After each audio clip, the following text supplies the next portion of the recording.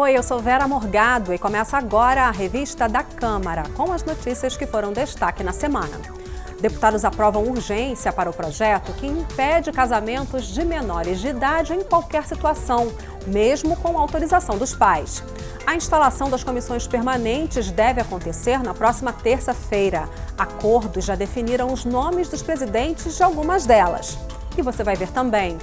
Comissão especial aprova novas regras para a emancipação de municípios, como plebiscito e estudo de viabilidade. Deputados estudam a criação de um seguro para evitar que contratos e serviços sejam interrompidos por falhas nas licitações. E você gostaria que o seu filho estudasse só em casa? Pois este direito de ensinar sem precisar mandá-lo para a escola está em debate aqui na Câmara, num projeto que propõe a educação domiciliar.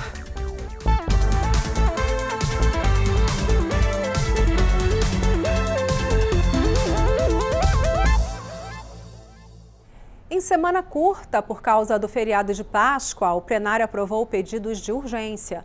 Vão receber prioridade a proposta que cria o chamado cadastro positivo e projetos que tratam de questões de família. Um deles quer apoiar mães abandonadas na gravidez e outro impedir casamentos de menores de idade. De acordo com o Código Civil, o casamento de menores é possível em alguns casos, como a gravidez adolescente e a autorização dos pais. A reação contrária à urgência pelo vice-líder do PMDB, deputado Hildo Rocha, chegou a causar uma certa confusão, mas um acordo garantiu a aprovação. Cada vez que o Estado impõe regras às famílias, nós estamos tirando a liberdade de escolha das famílias.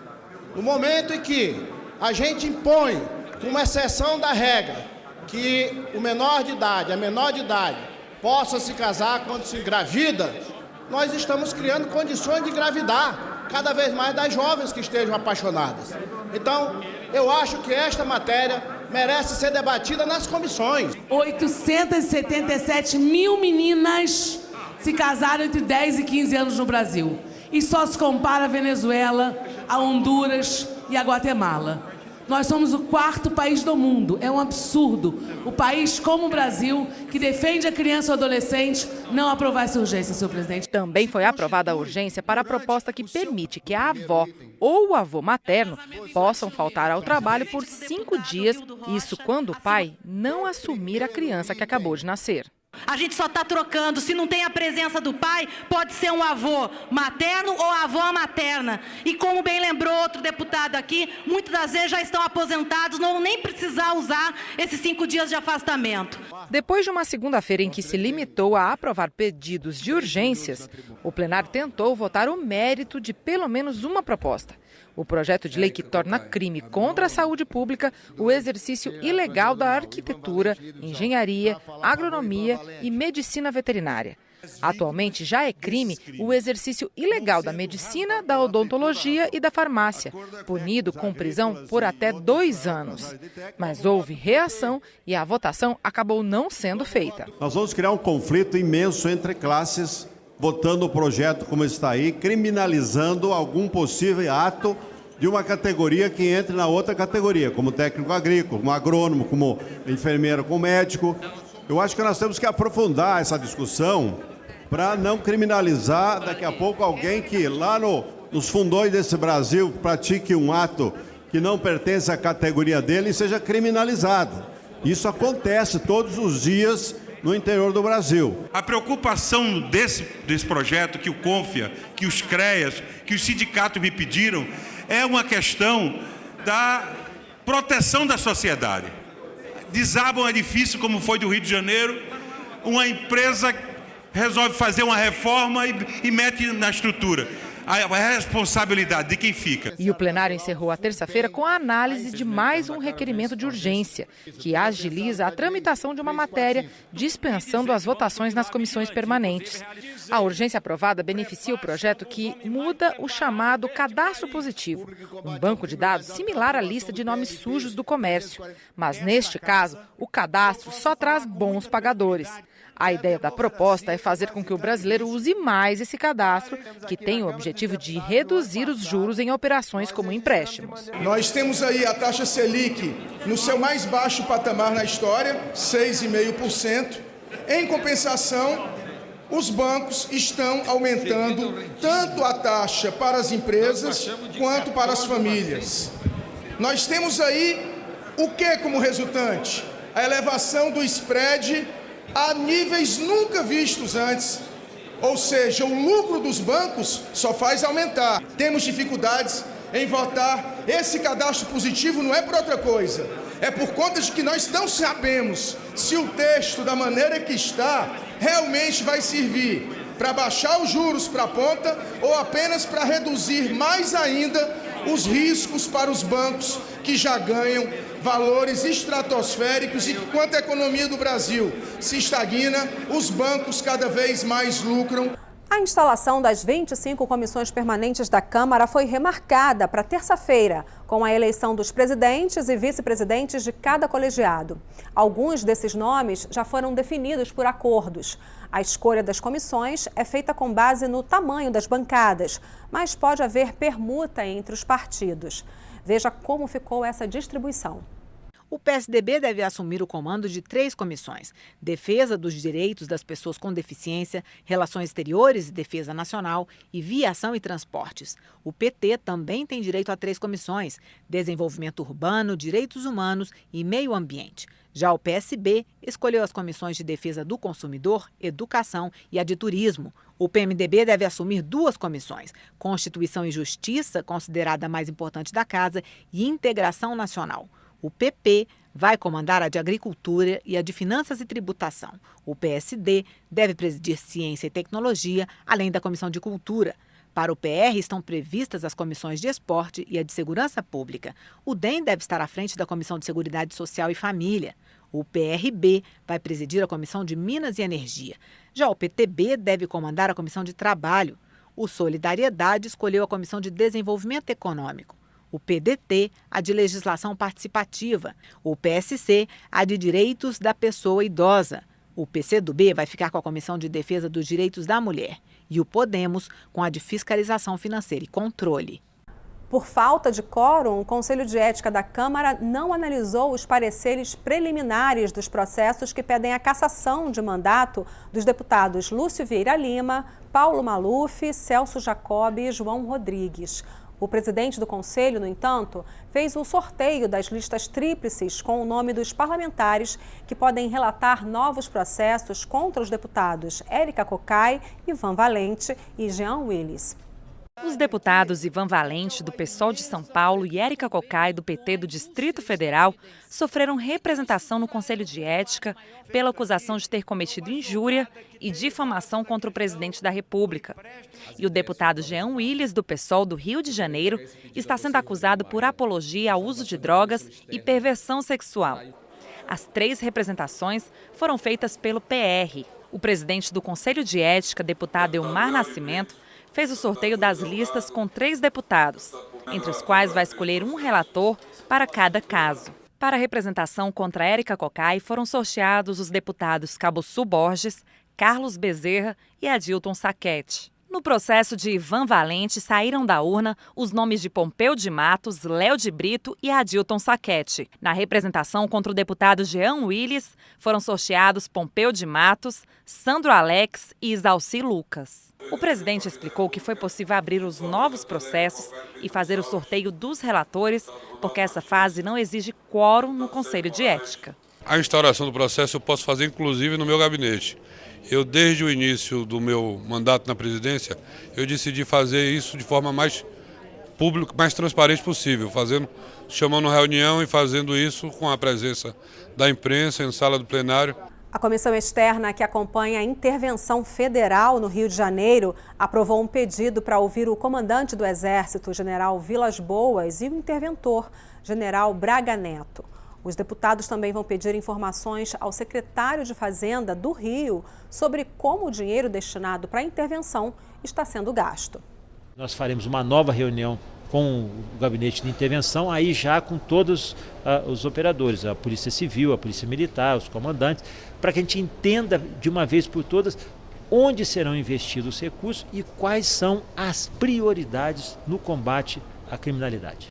O relator da Operação Lava Jato no Supremo Tribunal Federal, o ministro Edson Fachin, revelou numa entrevista de TV que ele e a família vêm recebendo ameaças de morte e que pediu providências à presidente do tribunal, Carmen Lúcia. O presidente da Câmara, deputado Rodrigo Maia, considerou o caso muito grave. Que essas ameaças sejam rapidamente investigadas e esclarecidas e que não apenas ele, mas todos os ministros do Supremo tenham total liberdade para julgar da forma que entenderem correto qualquer tema. Na semana que passou, uma comissão especial da Câmara aprovou um projeto que estabelece novas regras para a criação, incorporação, fusão e desmembramento de municípios. A emancipação está suspensa desde 1996 por uma emenda constitucional. O projeto já foi aprovado pelo Senado e agora segue para o plenário da Câmara. O ato da Frente Parlamentar Mista de Apoio à Revisão Territorial dos Municípios recebeu lideranças de vários estados do país. Elas vieram cobrar agilidade na votação da proposta que cria regras para novas emancipações. A vice-prefeita de Lusiânia, município goiano da região metropolitana de Brasília, defendeu a emancipação do distrito do Jardim Ingá, com mais de 40 mil habitantes. Já Antônio Pantoja, membro da coordenação do movimento Emancipa Brasil, citou o exemplo do distrito Castelo dos Sonhos, no Pará, que fica a cerca de 1.000 quilômetros de distância da sede. Emancipando o distrito, ele teria a condição de gerar os próprios recursos, aqueles recursos que são produzidos nos distritos, e o que isso representaria? Representaria uma melhor gestão dos recursos públicos. Já são 18 anos que estamos aí na luta pela emancipação, porque acreditamos que é através dela que a cidade vai se desenvolver muito mais. Pelo projeto de lei complementar em análise na Câmara, a criação, incorporação, fusão ou o desmembramento de municípios ocorrerá por meio de lei estadual e dependerá de consulta à população por meio de plebiscito. Pela proposta, tanto os novos municípios quanto os municípios pré-existentes que perderem população deverão ter, após a criação, entre 6 mil e 20 mil habitantes, dependendo da região do país. Também devem ter um número de imóveis superior à média dos municípios de menor população do estado. E ainda, a área urbana do novo município não pode estar situada em reserva indígena, área de preservação ambiental ou área pertencente à União. O projeto de lei, já aprovado pelo Senado, também exige a comprovação da viabilidade econômico-financeira, político-administrativa e socioambiental e urbana dos novos territórios. Na verdade, não estão se criando mais despesas, está se dividindo o bolo em partes diferentes, né? Porque esse município novo que vai ser criado, ele vai ter uma arrecadação própria e ela não vem aumentando o bolo, ela vem dividindo a parte que está no município mãe. Nada melhor para um melhor serviço do que a cobrança mais perto do cidadão, da casa da família, do poder central. Você vai ver daqui a pouco aqui na revista da Câmara. Deputados estudam a criação de um seguro para evitar que contratos e serviços sejam interrompidos por falhas nas licitações. E você gostaria que o seu filho estudasse só em casa, sem ir para a escola? Esta proposta está em discussão aqui na Câmara, num projeto sobre a educação domiciliar. Eu volto já.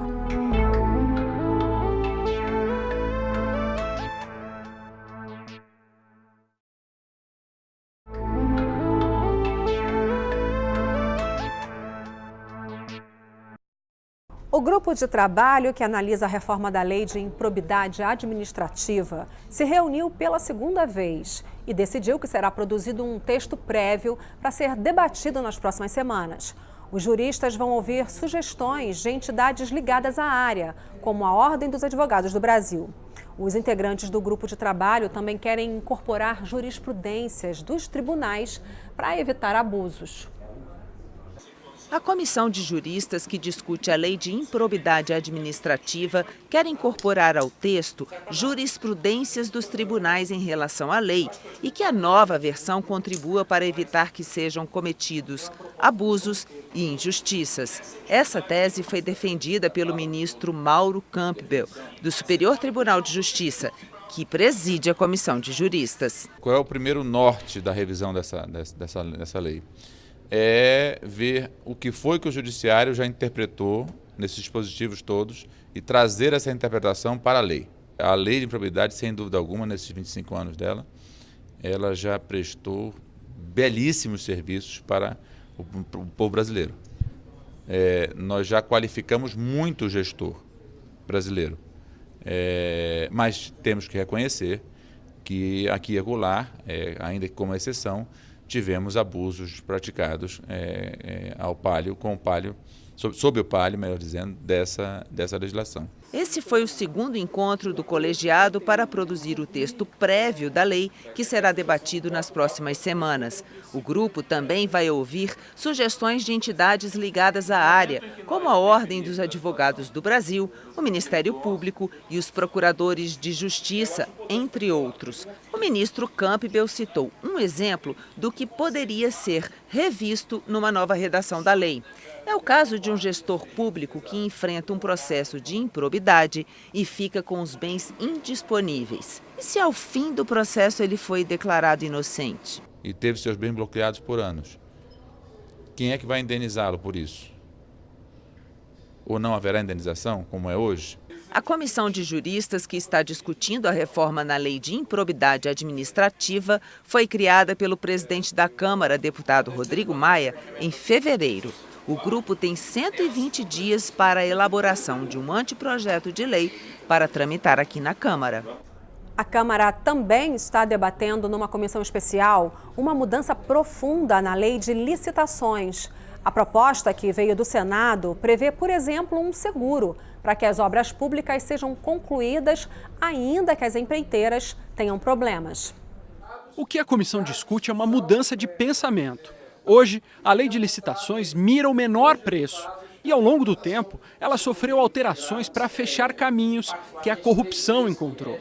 Isso transformou a lei num emaranhado de artigos. A mudança promete romper com essa história. Há uma mudança de paradigma. Ao invés de focar no preço estabelecido no edital, nós estamos focando agora, com essa atualização legislativa, no resultado efetivo. Ao invés de burocracia, mais transparência com o uso de tecnologia e também técnicas que já são usadas em outras partes do mundo. Por exemplo, o Dispute Boards, que é um mecanismo que faz um acompanhamento singular e cotidiano por terceiros escolhidos pelas partes para saber como vai a execução do contrato. A audiência pública ajuda a acumular conhecimento e experiências. Nessa reunião, houve um consenso. A lei atual precisa mesmo mudar e ficar mais simples. Talvez a gente precise simplificar esses sistemas de compras. Eu não tenho nenhuma dúvida que isso vai melhorar a eficiência e a qualidade dos serviços públicos. Outra conclusão da audiência: a corrupção é um problema que vai além da lei. Lamentavelmente, não é só a lei que acaba com a corrupção, mas nós vamos perseguir minimizá-la bastante. Também estão em debate propostas para simplificar a legislação tributária. O Poder Executivo sugere unificar 2 impostos. Os deputados querem acabar com 9 impostos de uma vez só. Toda vez que uma empresa faz uma venda, ela tem receita. Toda vez que ela tem receita, paga impostos. PIS e COFINS são 2 deles. Juntos, eles responderam por 20% de tudo que o governo federal arrecadou no ano passado. A proposta que o Ministério da Fazenda vai apresentar quer simplificar essa dupla aí.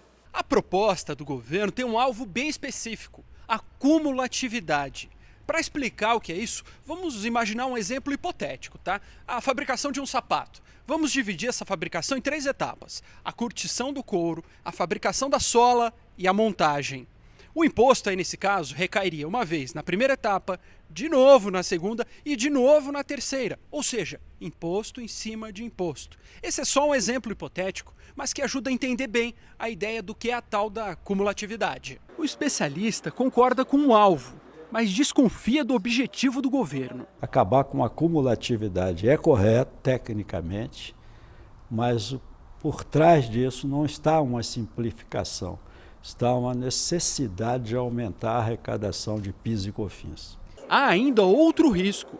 Simplificação tributária geralmente envolve também briga política. Qualquer forma que haja unificação, vai se perder de um lado a arrecadação e de outro lado o poder, seja do lado do governo central, da União, seja do lado dos governos estaduais. Então, essa tensão, do ponto de vista fiscal, leva a uma tensão política, ou seja, a resistência dos estados gera uma resistência dos próprios parlamentares em aprovar alguma reforma que unifique e simplifique a legislação tributária. O deputado Luiz Carlos Raul acredita ter uma solução para esse impasse. Ele é relator de um conjunto de medidas que acaba de uma só vez com 9 impostos. A reforma não mexe nos percentuais da arrecadação nem da União nem dos estados e municípios e não aumenta a carga tributária. Mas como que você vai diminuir? Você pergunta.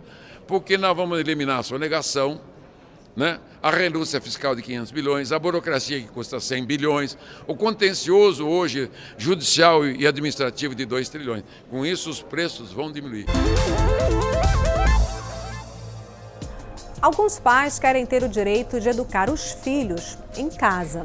Apesar desta opção ser comum em alguns países do mundo, aqui no Brasil, a Lei de Diretrizes e Bases da Educação obriga os pais a matricularem as crianças a partir dos 4 anos e a permanência até os 17 anos no ambiente escolar. Está aqui na Comissão de Educação da Câmara um projeto de lei que pode mudar isso. Quem mostra pra gente o que está em discussão é o repórter Marcelo Westphalen.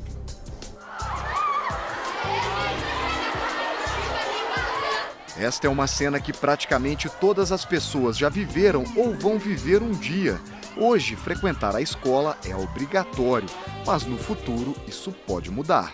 A questão é polêmica. Alguns pais querem que seus filhos não sejam obrigados a frequentar este espaço, a escola. Eles defendem que os filhos sejam educados em casa, tendo como professores os próprios pais ou tutores. Uma realidade que já existe para cerca de 400 famílias que optaram pela educação domiciliar no Brasil. Uma prática ainda pouco conhecida.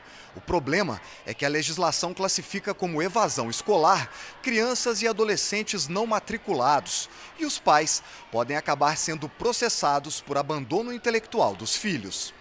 A maior polêmica é sobre o convívio social. A vivência dentro da escola ajuda na formação da personalidade?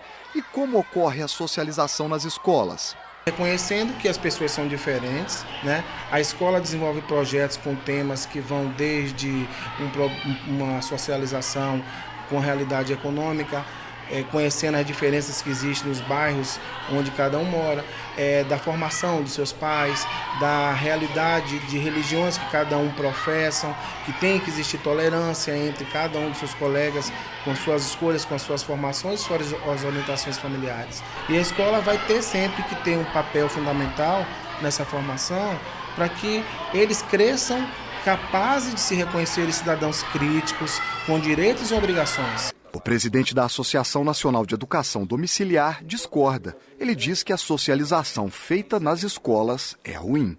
Ela é pobre, diz a pedagogia, porque o aluno tem 10, 15 minutos para se socializar e ele se socializa com crianças ou adolescentes da mesma idade, da mesma faixa etária, da mesma classe social, cultural e econômica. Essa é uma socialização paupérrima, que não agrega nada. Mike Donnelly, diretor internacional da Homeschool Legal, uma entidade norte-americana que apoia a educação domiciliar, diz que, se for aprovada, essa modalidade não representará mais que 5% dos estudantes, como já ocorre nos países onde a prática é permitida. Ele defendeu que os pais tenham liberdade para decidir sobre a vida dos filhos.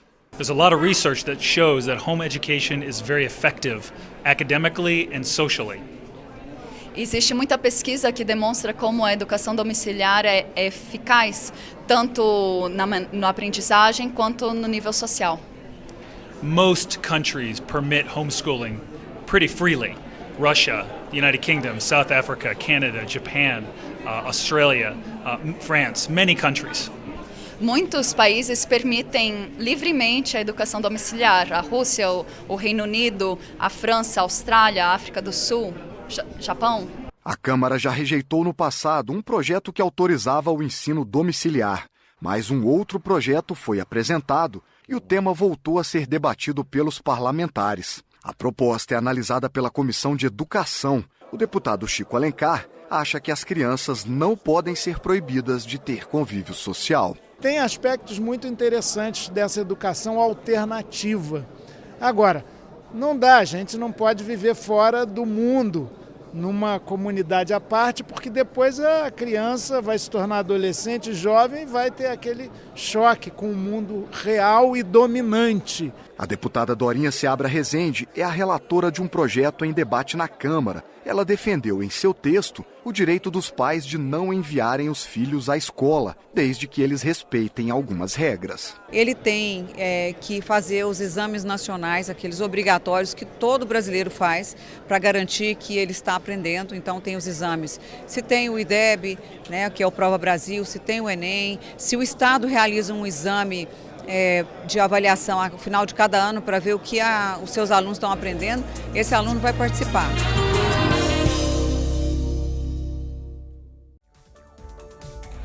Você pode rever a revista da Câmara na nossa programação e também pela internet. O endereço é youtube.com/Câmara dos Deputados Oficial, tudo junto.